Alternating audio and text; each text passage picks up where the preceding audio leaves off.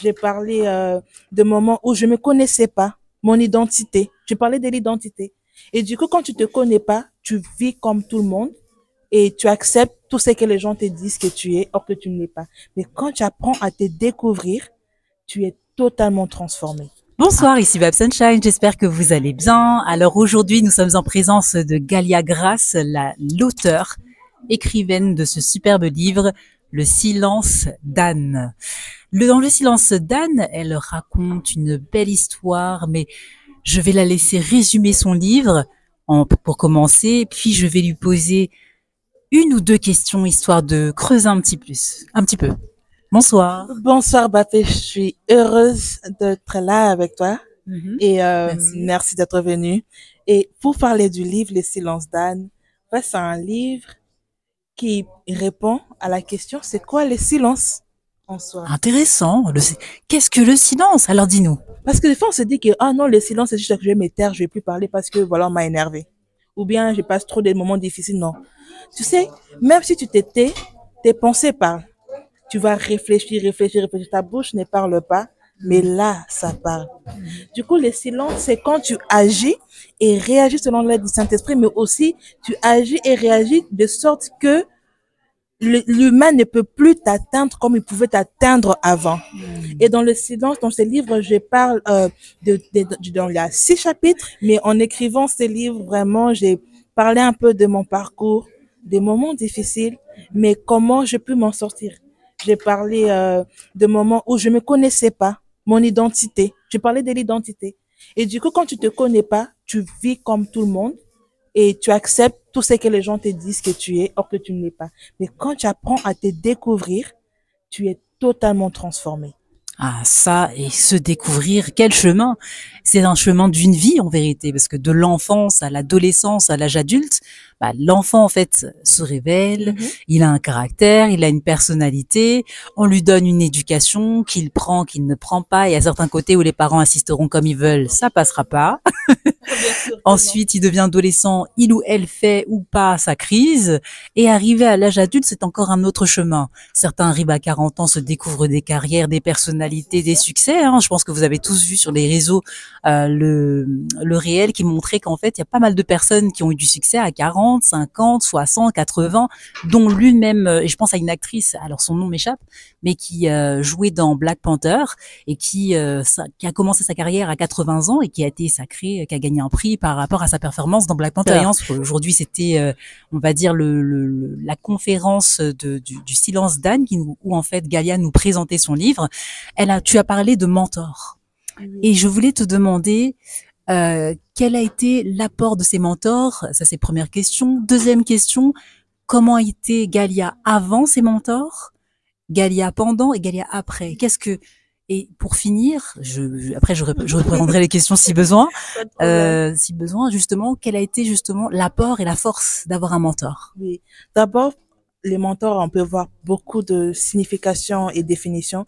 Pour moi, déjà, un mentor, c'est quelqu'un qui a eu à parcourir un chemin avant toi et qui connaît les défis qui est déjà devant et qui a eu à avoir de la victoire à vaincre ces défis-là. Pour moi, tu choisis pas un mentor juste par du fan parce qu'il est connu sur les réseaux sociaux ou bien parce que voilà, ah, je souffre trop là maintenant. Bon, ok, cette personne-là, il est âgé, il est intelligent, il a beaucoup d'argent dans les comptes bancaires, c'est mon mentor. Non. Les mentors, c'est quelqu'un qui a fait un parcours. Vous voyez? Et pour moi, j'avais besoin d'un mentor qui va pouvoir me guider par rapport à mon appel, par rapport à ma destinée. Avant, mes mentors, comment dire, j'ai rêvé. J'étais juste une rêveuse. J'ai rêvé, mais j'avais pas des clés, j'avais pas des conseils, des choses à faire, à mettre en place pour savoir comment y arriver. Tu n'avais pas la trame en J'avais pas fait la pour trame. pour atteindre tes Oui, objectifs en fait. c'est ça. Mais quand tu as un mentor, ton mentor, tu parles à ton mentor, et un vrai mentor est une personne qui croit en tes rêves et qui t'accompagne à atteindre. Et il n'a pas peur que tu puisses les dépasser ou les surpasser dans ce que tu fais. C'est là où tu reconnais ton mentor. Si tu as un mentor et quand tu lui dis que je vais faire telle chose, il commence à dire, eh non. Il commence à avoir un souci. Dis-toi que c'est fini, hein. Merci beaucoup. On part. C'est vraiment ça. C'est vrai. Mais quand tu as un mentor, je parlais de mes aspirations, j'ai parlé de mes rêves, Mhm. Et la personne était là, oui, je suis derrière toi. Voilà comment tu vas faire. Voilà, moi, je fais comme ça. Voilà, moi, je fais comme ça. Il te donne plusieurs possibilités, mais à la fin, c'est toi qui fais le choix. Ton D'accord. mentor ne t'impose pas ce que tu dois faire. Mhm. Ton mentor est là juste pour te guider. Mhm. Et la Galia, avant les mentors, était perdue en mode, hein. Mhm. Avec le mentor, elle sait ce qu'elle fait. Après les mentors, elle accomplit. Mhm. Donc, ton mentor est là pour t'accompagner, mais l'accomplissement, c'est pas ton mentor, c'est toi. D'accord. Donc en fait, c'est passer du rêve à la réalité C'est en ça. ayant une personne qui te guide pas à pas et Oui. qui est non seulement un soutien sans faille, parce que oui, il faut savoir que parmi les 5 personnes qui sont nécessaires dans la vie d'une personne, il y a ce qu'on appelle le cheerleader. C'est ça. Donc la personne qui vous soutient en tout temps, mouvement, saison, année, peu importe que vous ayez, vous soyez au top de votre forme ou pas. Et donc quelqu'un qui est là pour toi et qui te soutient. Donc c'est quelque part une assise, hein, une certaine sécurité d'avoir quelqu'un qui est là pour toi et ensuite qui te montre le chemin. Pandanji, là, comment dire Chiluba dans ma langue. Donc celui qui montre la voie. Mais ce n'est pas lui qui accomplit les pas. C'est ça. C'est toi. Parce que c'est toi qui dois accomplir, parce que c'est toi qui as le rêve. C'est comme si tu partes à l'école, tu as l'enseignant, lui t'enseigne, mais l'examen, c'est pas l'enseignant qui les passe, Tout à fait, c'est toi. c'est toi. Et c'est là où on voit réellement si tu as été bon élève ou pas. Parce que ton mentor, il a dépensé de l'énergie pour toi. Qu'est-ce que tu fais après de cela? Écoute, tu réalises des exploits, hein, je pense. Hein. Donc, pour moi, j'encourage tout le monde à toujours avoir un mentor, à avoir quelqu'un. Faut bien choisir. Faut pas te précipiter à la première personne que tu vois. Justement, comment est-ce qu'on choisit? Comment bien choisir son ou ses mentors? Pour bien choisir, il faut d'abord observer cette personne. Le problème est que des fois, on n'observe pas assez les gens et c'est pour cela qu'ils créent la précipitation. Quand on n'observe pas assez, en fait, on est tout le temps émerveillé par quelqu'un. On prend pas le temps de dire, est-ce que cette personne, son caractère, sa manière d'être, est-ce que je pourrais, tu vois, Ouais, est-ce que c'est compatible? c'est compatible Est-ce avec qu'on a moi. assez de recul avec la personne, effectivement, pour C'est voir s'il y a un ça. match entre nous ou pas? Oui, c'est ça.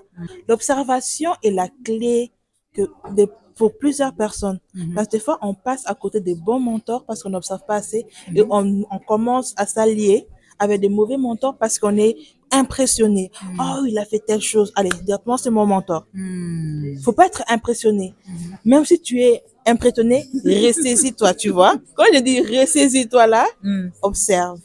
Est-ce que la vie de cette personne vraiment concorde avec ce qu'il dit? Parce que maintenant, tu peux te donner une vie, hein. Oui, c'est vrai qu'avec les réseaux, on peut se faire passer pour tout le monde. Hein. Bon, pour résumer, si je comprends bien, c'est plutôt observer le comportement de la personne, voir si ses valeurs s'alignent avec les nôtres, si sa vie s'aligne, son lifestyle s'aligne aussi avec nous, si ses réalisations, ses valeurs, qualités, en tout cas son chemin s'aligne avec le nôtre, plutôt que d'être ébloui par les réalisations que cette personne peut faire. C'est bien ça, hein? C'est ça.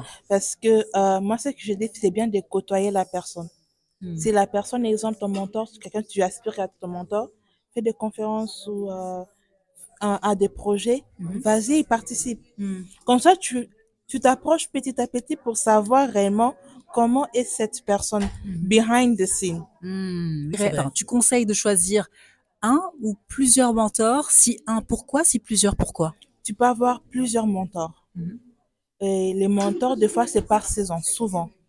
Et parce qu'une personne, il y a des gens qui sont destinés à faire plusieurs choses. Il y a des gens qui peuvent être chantres, businesswomen, ils peuvent être des musiciens, ils peuvent être des écrivains.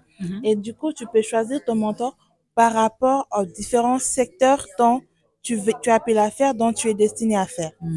Mais il y a aussi des gens, tu peux avoir un mentor, un seul, ou ça peut arriver, cette personne-là qui est comme toi, qui fait aussi plusieurs choses comme toi et qui peut te guider dans cela. Donc, des fois, tu peux avoir la chance de rencontrer une personne qui englobe tout, comme des fois, il faut aller voir des spécialistes, comme je peux dire. Ça marche, je te remercie.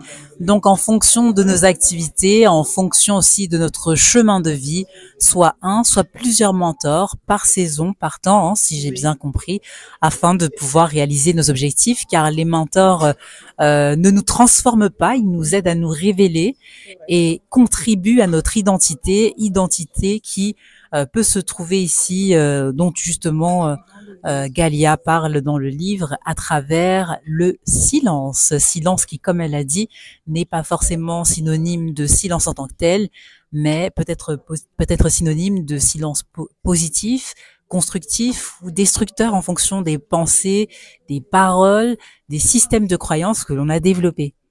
Merci Galia. Merci beaucoup, Bapé, d'être venu. Merci pour cette interview. Avec grand plaisir. On se revoit la prochaine fois. Prochaine fois. Bisous tout le monde. Et merci d'avoir suivi cette interview avec Galia Grasse qui nous a écrit ce superbe livre Le Silence d'Anne. Je te mettrai le lien Amazon pour pouvoir le commander, voir le synopsis et en savoir plus. En attendant, si tu veux retrouver d'autres témoignages de personnes inspirantes, je t'invite à me suivre, à partager mes contenus, les liker s'il te plaise. Et je te dis à très vite. Ciao!